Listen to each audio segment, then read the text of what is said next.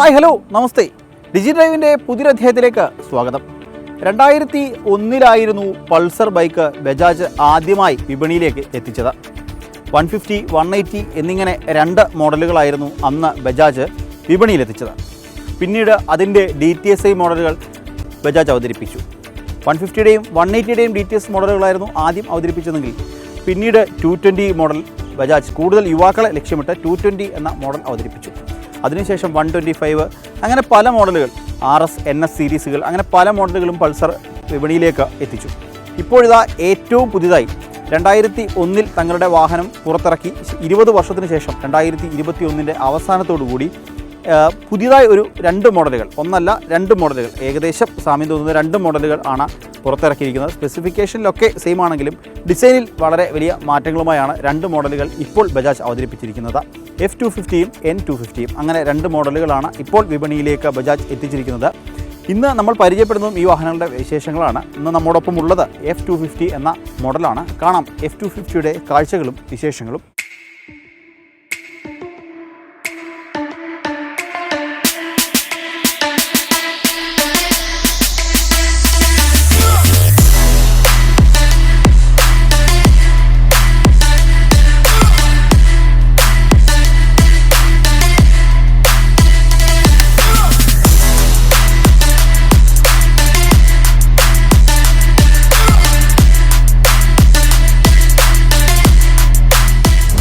ഈ വാഹനത്തിൻ്റെ വിശേഷങ്ങളിലേക്ക് വന്നു കഴിഞ്ഞാൽ 220യുമായി എവിടെയൊക്കെ ചെറിയ ചില സാമ്യങ്ങൾ, കാര്യമായ സാമ്യങ്ങളൊന്നും തന്നെ ഇല്ല, ചെറിയ ചില സാമ്യങ്ങളൊക്കെയാണ് 220യുമായിട്ട് ഈ വാഹനത്തിന് വരുത്തിയിട്ടുള്ളത്.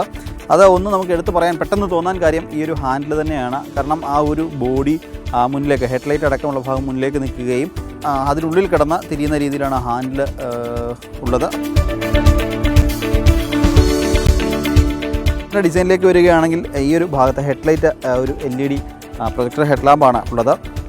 എനിക്ക് തോന്നുന്നു പെട്ടെന്ന് നോക്കിയപ്പോൾ ഇത്രയൊരു ഭാഗം കണ്ടപ്പോൾ നമ്മൾ നേരത്തെ പരിചയപ്പെട്ട ഡൊമിനോറിൻ്റെ ആ ഒരു 400 മോഡലുമായിട്ട് എവിടെയോ ഒരു ചെറിയ സാമ്യം ആ ഒരു ഹെഡ്ലൈറ്റിന് തോന്നുന്നുണ്ട്. എന്നാലും കാര്യമായ ഡിസൈനിൽ വ്യത്യാസം തന്നെ വരുത്തിയിട്ടുണ്ട്. ഈ ഒരു ഭാഗം മാത്രമാണ് നമുക്ക് അങ്ങനെ തോന്നുക.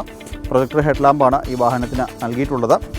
ഇവിടേക്ക് വരികയാണെങ്കിൽ ഇവിടെ LED ഒരു DRL നൽകിയിട്ടുണ്ട്. ഈ ഒരു ഷേപ്പിലായിട്ട് നൽകിയിട്ടുണ്ട്. ആ ഒരു ഹെഡ്ലൈറ്റിൽ നിന്ന് തുടങ്ങി ഈ സൈഡിൽ വന്ന് നിൽക്കുന്ന രീതിയിലൊരു LED DRL ആണ് നൽകിയിട്ടുള്ളത്. അതാണ് ആ ഒരു ലൈറ്റിൻ്റെ ഭാഗത്തെ കാര്യങ്ങൾ. ഈ ഭാഗത്തായിട്ടാണ് ടേൺ ഇൻഡിക്കേറ്റർ നൽകിയിരിക്കുന്നത്. ഇവിടെയായിട്ടാണ് അതും LED ആണ് നൽകിയിട്ടുള്ളത്. അത് വളരെ ചെറിയൊരു ഡിസൈനോട് കൂടി ഒരു കുഞ്ഞ് ഡിസൈൻ എന്ന് പറയാം. ചെറിയ രീതിയിലുള്ള ഒരു ഇൻഡിക്കേറ്ററാണ് നൽകിയിട്ടുള്ളത്. പിന്നീട് വരികയാണെങ്കിൽ വിൻഷീൽഡും അത്യാവശ്യം കുഴപ്പമില്ലാത്ത വലിപ്പമുള്ള ഒരു വിൻഷീൽഡാണ് നൽകിയിട്ടുള്ളത്. അതൊരു ബജാജിൻ്റെ ലോഗോയും നൽകിയിട്ടുണ്ട്. ഇവിടെ ആ ഒരു നമ്പർ പ്ലേറ്റിന് വേണ്ടിയിട്ടുള്ളൊരു ഭാഗം നൽകിയിട്ടുണ്ട്. അതും ഈ ഒരു മിററിൻ്റെ താഴെ നിന്ന് തുടങ്ങി അടുത്ത മിററിൽ എത്തി നിൽക്കുന്ന രീതിയിൽ ഒരു ഉയർന്നു നിൽക്കുന്ന ഒരു ക്ലാമ്പ് നൽകിയിട്ടുണ്ട്. ആ ക്ലാമ്പിലാണ് നമ്പർ പ്ലേറ്റ് ഫിക്സ് ചെയ്യുന്നതിന് വേണ്ടിയിട്ടുള്ള സൗകര്യം നൽകിയിട്ടുള്ളത്. ഇതാണ് ആ ഒരു മുൻഭാഗത്തെ പെട്ടെന്ന് പറയുന്ന ആ ഒരു കാര്യങ്ങൾ. ഈ വാഹനം 2 കളർ വേരിയൻറ്റുകളാണുള്ളത്. നമ്മളിപ്പോൾ നമ്മുടെ ഒപ്പമുള്ളത് ഒരു റെഡ് കളർ വേരിയൻ്റാണ്. അപ്പോൾ അതിൻ്റെ തന്നെ ഒരു ചെറിയ ഷെയ്ഡ് വ്യത്യാസമൊക്കെ നൽകിയിട്ടുണ്ട്. ഇത് 2 കളർ വേരിയൻ്റ്, റെഡിൻ്റെ തന്നെ 2 വേരിയൻറ്റുകൾ നൽകിയിട്ടുണ്ട്. അതിൽ ചെറിയ ഗ്രാഫിക്സ് സ്റ്റിക്കറൊക്കെ നൽകിയിട്ടുണ്ട്. മൽഗാർഡിലേക്ക് വരികയാണെങ്കിലും മൽഗാർഡും ആ ഒരു റെഡ് കളറോട് കൂടിയിട്ട് തന്നെയാണ് മൽഗാർഡും നൽകിയിട്ടുള്ളത്. അതൊരു കട്ടിങ് ഷേപ്പോട് കൂടിയിട്ട്, ഒരു പ്രത്യേക ഷേപ്പോട് കൂടിയിട്ട് നൽകിയിരിക്കുന്നു. മൽഗാർഡിൻ്റെ ബാക്കി പകുതി ഭാഗം ബ്ലാക്ക് ഫിനിഷോട് കൂടിയിട്ടാണ് നൽകിയിട്ടുള്ളത്. ഈ ഒരു മൽഗാർഡിൻ്റെ മുകളിലും നമ്മൾ നേരത്തെ സൂചിപ്പിച്ച പോലെ ആ ഒരു ഗ്രാഫിക്സ് സ്റ്റിക്കർ നൽകിയിട്ടുണ്ട് നടുവിലായിട്ട്. പിന്നീട് ഈ ഭാഗത്തേക്ക് വരികയാണെങ്കിൽ ഇത് സിംഗിൾ ചാനൽ ABS ആണ്. അതുകൊണ്ട് തന്നെ ആ ഒരു ABSൻ്റെ ഒരു സ്റ്റിക്കറും ഇവിടെ നൽകിയിട്ടുണ്ട്. ഇതാണ് വാഹനത്തിൻ്റെ മുൻഭാഗത്തെ ആ ഒരു കാഴ്ചകൾ. ഇത് ഇത്രയുമാണ്.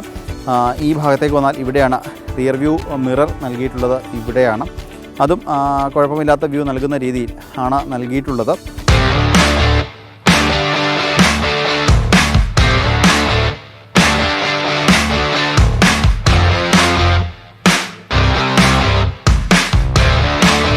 പെട്ടെന്ന് നമ്മളെ ആകർഷിക്കുന്നത് ആ ഒരു മിറർ തന്നെയാണ്. പിന്നീട് ഈ ഭാഗത്തേക്ക് വരികയാണെങ്കിൽ നമ്മൾ നേരത്തെ സൂചിപ്പിച്ചതുപോലെ തന്നെ ആ ഒരു ഡിസൈൻ്റെ കണ്ടിന്യൂവേഷൻ തന്നെയാണ് പിൻഭാഗത്തേക്കും നൽകിയിട്ടുള്ളത്.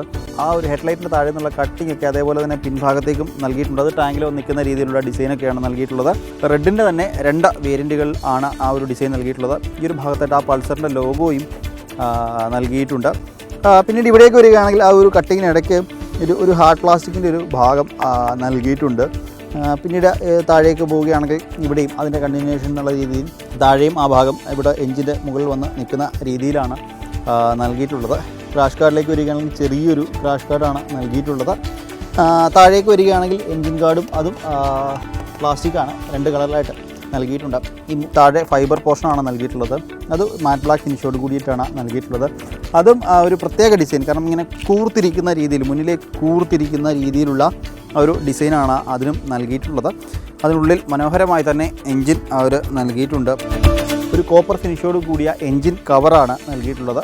അത് നമുക്ക് പെട്ടെന്ന് നോക്കുമ്പോൾ നമ്മുടെ ശ്രദ്ധ അതിലേക്ക് ആകർഷിക്കുന്ന രീതിയിലുള്ള ഒരു കോപ്പർ ഫിനിഷോട് കൂടിയ എൻജിൻ കവറാണ് വാഹനത്തിന് നൽകിയിട്ടുള്ളത്. ഇവിടെ ബ്രേക്കും ഇവിടെ ഫുട് റെസ്റ്റും നൽകിയിരിക്കുന്നു. കുറച്ച് കാല് പിന്നിലേക്ക് ചരിഞ്ഞിരിക്കുന്ന രീതിയിൽ, കാരണം ഒരു സ്പോർട്ടി മോഡൽ വാഹനമായതുകൊണ്ട് അങ്ങനെ തന്നെ കാല് പിന്നിലേക്ക് കുറച്ച് ചരിഞ്ഞിരിക്കുന്ന രീതിയിലുള്ള ആ ഒരു ഡിസൈനാണ് നൽകിയിരിക്കുന്നത്. ഇവിടെ സൈലൻസറിലേക്ക് വരികയാണെങ്കിൽ കുഞ്ഞ് സൈലൻസർ എന്ന് പറയാം, മനോഹരമായ ഡിസൈൻ തന്നെ. അതിൽ തന്നെ അലൂമിനിയം ഫിനിഷോട് കൂടിയ ഒരു കവറിംഗ് ഒക്കെ നൽകിയിട്ടുണ്ട്. അതാണ് ഒരു സൈലൻസറിൻ്റെ വിശേഷങ്ങൾ. ഒരു സൈഡ് പ്രൊഫൈലിലെ പെട്ടെന്നുള്ള വിശേഷങ്ങൾ ഇതൊക്കെയാണ്. ഇവിടേക്ക് വരികയാണെങ്കിൽ പിൻഭാഗത്ത് ഇവിടെ ആ ഒരു റെഡ് ഭാഗം, അതായത് റെഡ് കളറോട് കൂടിയ ഭാഗമാണ് നൽകിയിട്ടുള്ളത്. അതിൽ തന്നെ F250യുടെ ബാഡ്ജിങ് ഒക്കെ നൽകിയിട്ടുണ്ട്. അതും കുറച്ച് തള്ളി നിൽക്കുന്ന രീതിയിലുള്ള ഡിസൈനാണ് നൽകിയിട്ടുള്ളത്. അതായത് സീറ്റിൽ നിന്നും കുറച്ച് പുറത്തേക്ക് തള്ളി നിൽക്കുന്ന രീതിയിലുള്ള ഡിസൈനിലാണ് അതും നൽകിയിട്ടുള്ളത്. ഗ്രാബ് റെയിലേക്ക് വന്നു കഴിഞ്ഞാൽ എനിക്ക് ഈ ഗ്രാബ് റെയിൽ കണ്ടപ്പോൾ ആദ്യം തോന്നിയത് ഇവിടെ നിന്നല്ല, ഞാൻ ആ സീറ്റിൻ്റെ അവിടെ നിന്നിട്ട് പിന്നിലേക്ക് നോക്കിയപ്പോൾ പെട്ടെന്ന് എനിക്ക് തോന്നിയത് നമ്മുടെ ഈ ഭൂതത്തിൻ്റെയൊക്കെ കൊമ്പ് പോലെയാണ് എനിക്ക് തോന്നിയത്. എന്നാൽ പിന്നിൽ വന്ന് നോക്കുമ്പോൾ അങ്ങനെ തോന്നുന്നില്ല. മുന്നിൽ വന്ന് നിന്നിട്ട് ഞാൻ പിന്നിലേക്ക് നോക്കിയപ്പോൾ എനിക്ക് തോന്നിയൊരു കാര്യമാണ് അത്. അപ്പോൾ ഇതാണ് ഈ വാഹനത്തിൻ്റെ ആ ഒരു വശക്കാഴ്ചകൾ.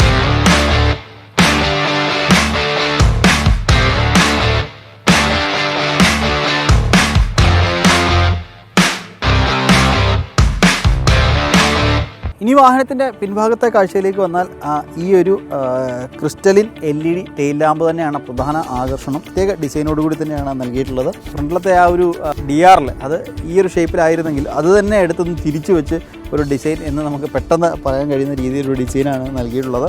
എന്നാലും കുഴപ്പമില്ല, വളരെ നല്ല രീതിയിലുള്ളൊരു ഡിസൈൻ. അത് 2 പോർഷനായിട്ട് നൽകിയിട്ടുണ്ട്. വളരെ നല്ലൊരു ടെയിൽ ലാമ്പെന്ന് തന്നെ നമുക്ക് പറയാനാകും. പിന്നീട് താഴേക്ക് വരികയാണെങ്കിൽ ഇവിടെയാണ് ആ നമ്പർ പ്ലേറ്റിനുള്ള ആ ഒരു ഭാഗം നൽകിയിരിക്കുന്നത്. ഇവിടെ അതിന് ലൈറ്റ് നൽകിയിട്ടുണ്ട്. ഈ ഭാഗത്തായിട്ട് ടേൺ ഇൻഡിക്കേറ്റർ നൽകി 2 ഭാഗത്തായിട്ട് നൽകിയിട്ടുണ്ട്. അതും ചെറിയ ഇൻഡിക്കേറ്ററാണ്. മുൻഭാഗത്ത് അതിന് സമാനമായ ഡിസൈനിൽ തന്നെയാണ് അതും നൽകിയിട്ടുള്ളത്. ഇതും LED ആണ്. വാഹനത്തിൻ്റെ അത്യാവശ്യം ലൈറ്റുകളെല്ലാം തന്നെ LED ആണ്.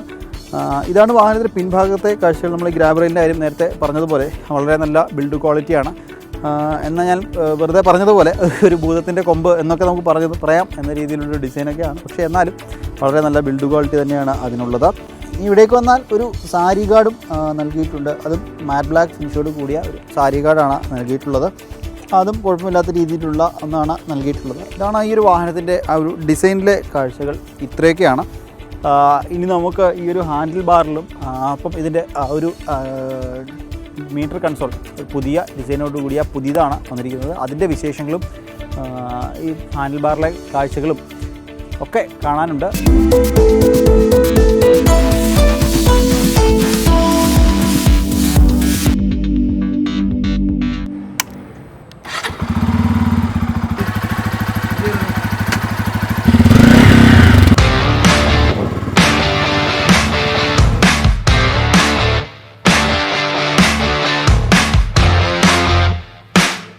വാഹനത്തിൻ്റെ കൂടുതൽ കാര്യങ്ങളിലേക്ക് വന്നാൽ നേരത്തെ സൂചിപ്പിച്ചതുപോലെ തന്നെ ഈ ഹാൻഡിൽ ബാറിലും ഈ ഡിസ്പ്ലേയിലും ഒക്കെ ഒത്തിരി കാര്യങ്ങൾ പൾസർ ഈ ഒരു വാഹനത്തിന് ഉൾക്കൊള്ളിച്ചിട്ടുണ്ട്.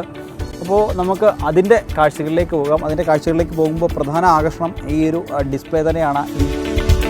അപ്പോൾ ഈ ഒരു ഇൻഫിനിറ്റി ഡിസ്പ്ലേ തന്നെയാണ് ഈ ഒരു വാഹനത്തിൻ്റെ പ്രധാന ഒരു സവിശേഷത. അതൊരു പ്രത്യേക ഡിസൈനോട് കൂടി തന്നെയാണ് നൽകിയിട്ടുള്ളത്. അതുകൊള്ളാം, വളരെ മനോഹരമായ ഒരു ഡിസൈൻ എന്ന് എനിക്ക് തോന്നുന്നു. അപ്പോൾ ഇതിൽ തന്നെ നിരവധി കാര്യങ്ങൾ ഉൾക്കൊള്ളിച്ചിട്ടുണ്ട്. ഈ ഒരു ഭാഗത്തായിട്ട്, ഈ ഒരു വശത്തായിട്ട് ആ ഒരു വാർണിംഗ് ലൈറ്റുകളൊക്കെ നൽകിയിട്ടുണ്ട്. Side stand indication, battery, oil, ഇങ്ങനെയുള്ള ഒരു ഇൻഡിക്കേഷനും, ഇൻഡിക്കേറ്റർ, ടേൺ ഇൻഡിക്കേറ്ററിൻ്റെ ആ ഒരു ഇത്, ഹൈ ബീം, ലോ ബീമിൻ്റെ ആ ഒരു ഇൻഡിക്കേഷൻ, അതൊക്കെ ഈ ഭാഗത്ത് നൽകിയിട്ടുണ്ട്. ഈ മുകളിലായിട്ട് ABS, ഈ ഒരു വലതുവശത്തേക്കുള്ള ഒരു ടേൺ ഇൻഡിക്കേറ്ററിൻ്റെ ഇൻഡിക്കേഷൻ, ഒപ്പം ന്യൂട്രൽ ലൈറ്റ്, അതൊക്കെയാണ് ഈ ഒരു ഭാഗത്തായിട്ട് നൽകിയിട്ടുള്ളത്.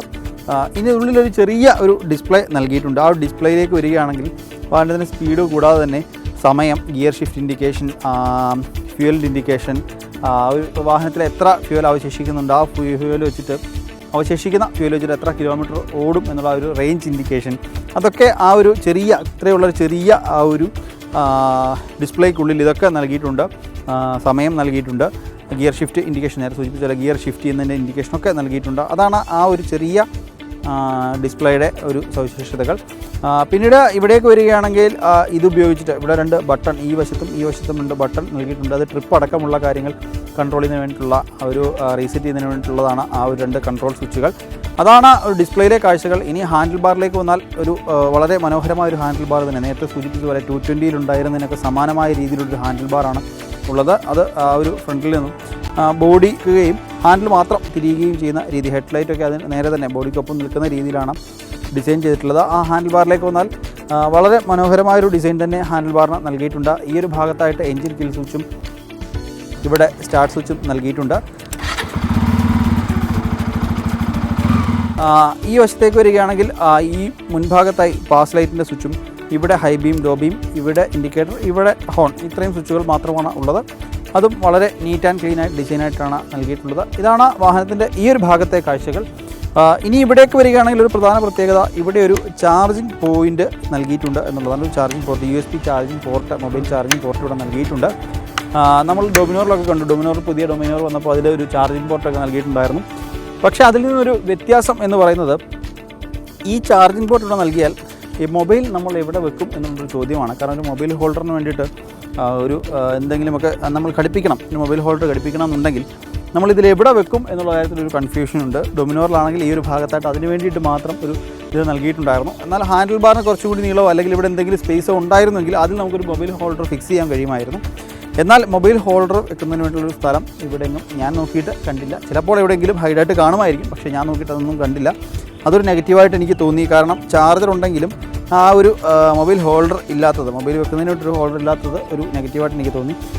പിന്നീട് ഈ ഒരു ചാർജിൻ്റെ ആ ഒരു ക്യാപ്പൊക്കെ വളരെ മനോഹരമായ രീതിയിലാണ് നൽകിയിട്ടുള്ളത്. വളരെ മനോഹരം, കാരണം നല്ല ക്വാളിറ്റിയോട് കൂടി തന്നെയാണ് ആ ഒരു ചാർജറിൻ്റെ പുറത്തെ ക്യാപ്പൊക്കെ നൽകിയിട്ടുള്ളത്.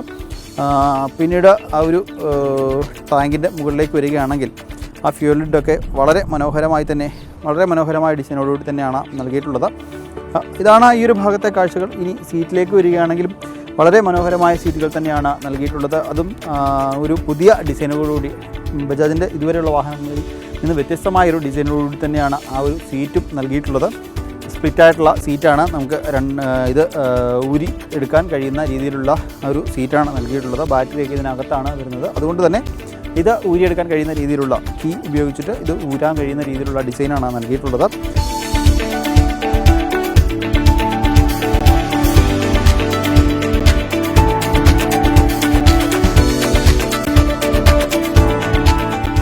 വളരെ മനോഹരമായ സീറ്റ് എന്ന് തന്നെ പറയാം. അത്യാവശ്യം നല്ല കംഫർട്ട് തരുന്ന രീതിയിലുള്ള സീറ്റൊക്കെയാണ് നൽകിയിട്ടുള്ളത്. ഇതാണ് വാഹനത്തിൻ്റെ ഈ ഒരു ഭാഗത്തെ കാഴ്ചകൾ.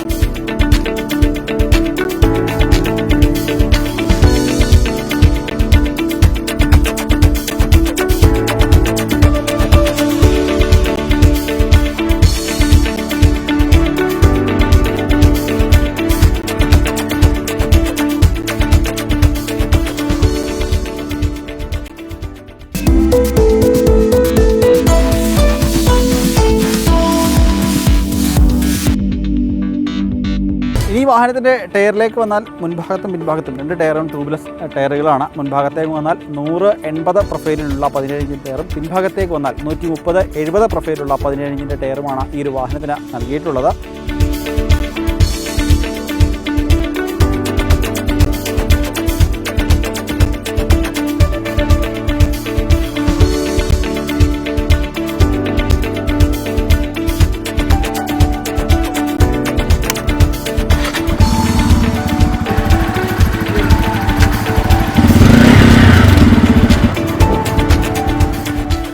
വാഹനത്തിൻ്റെ എഞ്ചിനിലേക്ക് വന്നാൽ 249 cc ഒരു സിംഗിൾ സിലിണ്ടർ ഓയിൽ കൂൾഡ് എഞ്ചിനാണ് ഈ ഒരു വാഹനത്തിന് ബജാജ് നൽകിയിട്ടുള്ളത്. അത് 4 സ്ട്രോക്കാണ്, 2 വാൽവോട് കൂടിയ 4 സ്ട്രോക്ക് എഞ്ചിനാണ്. വാഹനത്തിൻ്റെ മാക്സിമം പവർ എന്ന് പറയുന്നത് 24.5 PS ആണ്. അത് 8750 RPM. വാഹനത്തിൻ്റെ മാക്സിമം ടോർക്ക് എന്ന് പറയുന്നത് 21.5 ന്യൂട്ടൺ മീറ്ററാണ്, അതും 6500 RPM. വാഹനം 5 സ്പീഡ് ഗിയർ ബോക്സ് ആണ് ഈ ഒരു വാഹനം വരുന്നത്. 5 സ്പീഡ് ഗിയർ ബോക്സ് ആണ്. ഡൊമിനോറിലൊക്കെ നമ്മൾ 6 സ്പീഡാണ് കണ്ടത്. ഇത് 5 സ്പീഡ് ഗിയർ ബോക്സ് ആണ് ഈ ഒരു വാഹനത്തിന് വരുന്നത്.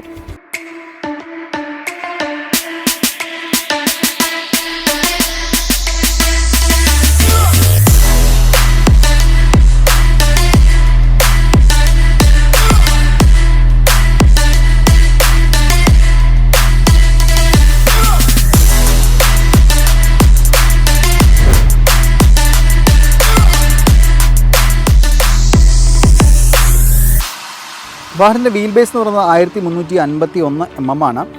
സീറ്റ് ഹൈറ്റ്, അതായത് റൈഡറുടെ സീറ്റ് ഹൈറ്റ് എന്ന് പറയുന്നത് 795 mm ആണ്. ഗ്രൗണ്ട് ക്ലിയറൻസ് 165 mm ആണ്. വാഹനത്തിൻ്റെ വെയിറ്റിലേക്ക് വരികയാണെങ്കിൽ നമ്മളിപ്പോൾ ഈ ഡ്രൈവ് ചെയ്യുന്ന F250 ഈ വാഹനത്തിൻ്റെ വെയിറ്റ് എന്ന് പറയുന്നത് 164 കിലോഗ്രാമാണ്. ഇതിനൊപ്പം തന്നെ മറ്റൊരു വേരിയൻ്റ് കൂടി വരുന്നുണ്ട്. നമ്മൾ നേരത്തെ സൂചിപ്പിച്ച പോലെ ഒരു N250 എന്ന് പറയുന്നൊരു വേരിയൻ്റ് കൂടി ഇതിനൊപ്പം തന്നെ വരുന്നുണ്ട്. ആ N250യുടെ വെയിറ്റ് എന്ന് പറയുന്നത് 162 കിലോഗ്രാമാണ്. ഇതിൻ്റെ ഫ്യൂൽ ടാങ്കിൻ്റെ മാക്സിമം കപ്പാസിറ്റി എന്ന് പറയുന്നത് 14 ലിറ്ററാണ്.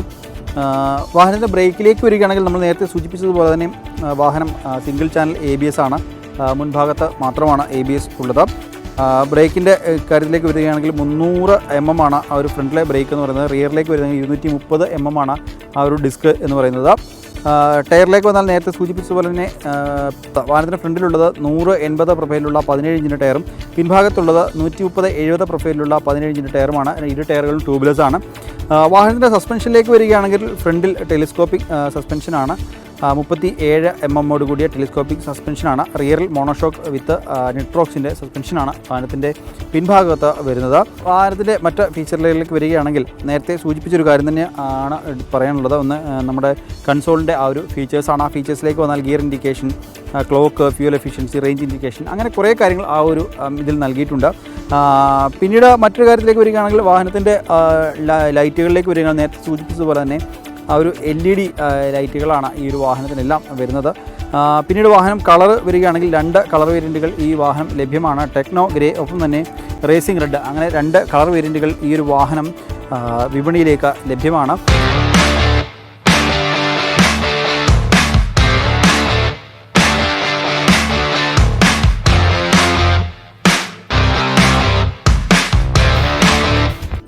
പിന്നീട് പറയേണ്ട മറ്റൊരു കാര്യം ഈ ഒരു വാഹനത്തിൻ്റെ വിലയാണ്. F250ക്ക് 1,40,000 രൂപയാണ് എക്സ് ഷോറൂം പ്രൈസ് വരുന്നത്. N250ക്ക് 1,38,000 രൂപയാണ് എക്സ് ഷോറൂം പ്രൈസ് വരുന്നത്. ഓൺ റോഡ് പ്രൈസ് വരുമ്പോൾ അത് ഡിസ്ട്രിക്റ്റിനനുസരിച്ച്, സിറ്റിക്കനുസരിച്ചിട്ട് ചേഞ്ച് വരും.